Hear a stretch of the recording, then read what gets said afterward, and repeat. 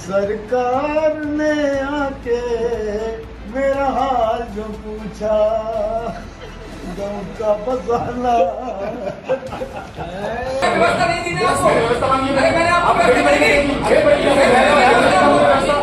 आपको लगता है क्या किससे बदतमीजी करी मैंने?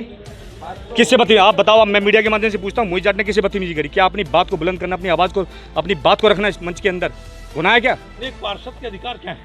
एक पार्षद के, मेयर और काउंसिल के अधिकार है कि पार्षद 1/3 2/3 की आवश्यकता नहीं पड़ती एक पार्षद को। पार्षद स्वयं अपने आप में पार्षद होता है। ये हमारा मंच है।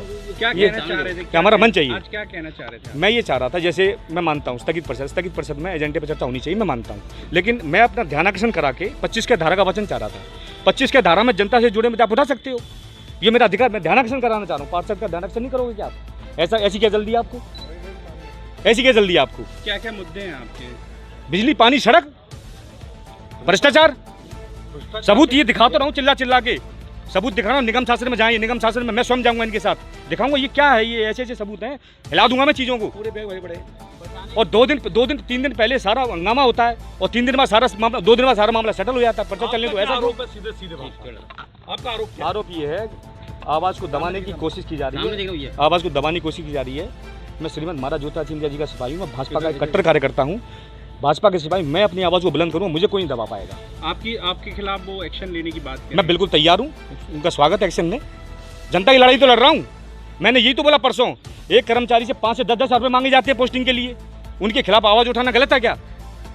पूरे शहर को राजस्व विभाग के हिसाब से पूरे शहर को बेच दिया गया, उनके खिलाफ आवाज़ उठाना गलत है क्या? बिजली, पानी, सड़क की समस्या उठा रहा हूँ, ये गलत कर रहा हूँ क्या? मैं अपने घर के कुछ मांग कर रहा हूँ क्या? ठीक। सर, आज परिषद जिस तरीके से भंग हुई है, काफी हंगामा देखने के लिए मिला है, क्या वजह है?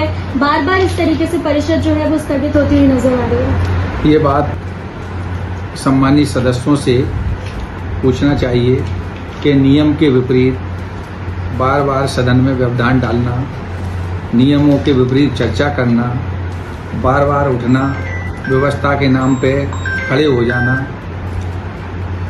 और परिषद ना चलना, ये सारी बातें उनको खुद सोचना चाहिए और आपको भी उनसे पूछना चाहिए कि किस नियम के तहत आप चर्चा कराना चाह रहे थे। और शासकीय पैसा खर्च हो रहा है, अधिकारियों का समय खराब हो रहा है, एजेंडा महत्वपूर्ण था, उस पर चर्चा नहीं हो पा रही। तो ये सारी चीज़ें मैं समझता हूँ कि हमारे मीडिया के बंधुओं को उनसे ये बात पूछना चाहिए। मैं तो चलो ही है कि मैं भी पार्षद रही हूँ, उस समय भी होता था, लेकिन ज़्यादातर हम लोग शहर में लोगों के विकास को, मुद्दों को लेकर चर्चा होती थी। अब की बार कुछ पार्षद अलग देखने को मिल रही है।